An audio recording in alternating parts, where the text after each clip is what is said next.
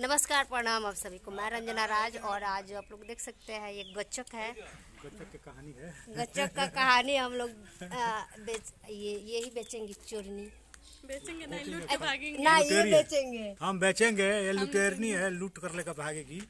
अरे तो देखिएगा गच्चक पत्थर चला चला कर इसको मारना, जिस तरह लैला मजनू में मारा गया। देखिए लो, हाँ ले ले ले। कै रुपये का मिलता है? 5 रुपये। 5 रुपये का मिलता है। ये गच्चक मिठाई है, बहुत अच्छा लगता है, टेस्टी लगता है। हाँ, स्वादिष्ट लेकिन है। खाने को नहीं मिलता है। खाने को बाद में मिलेगा, छुट्टी हो जाएगा उसके बाद एक एक खिला देंगे। चलो तो चलिए बने रहिए आप लोग हमारे वीडियो में और देखते रहिए लोग शूटिंग कैसे हो रहा है। और आज रंजना राज ऑफिशियल पे नया होली का गाना रिलीज हुआ है, आप लोग जाइए लोग सुनिए लोग, बहुत ही अच्छा गाना है।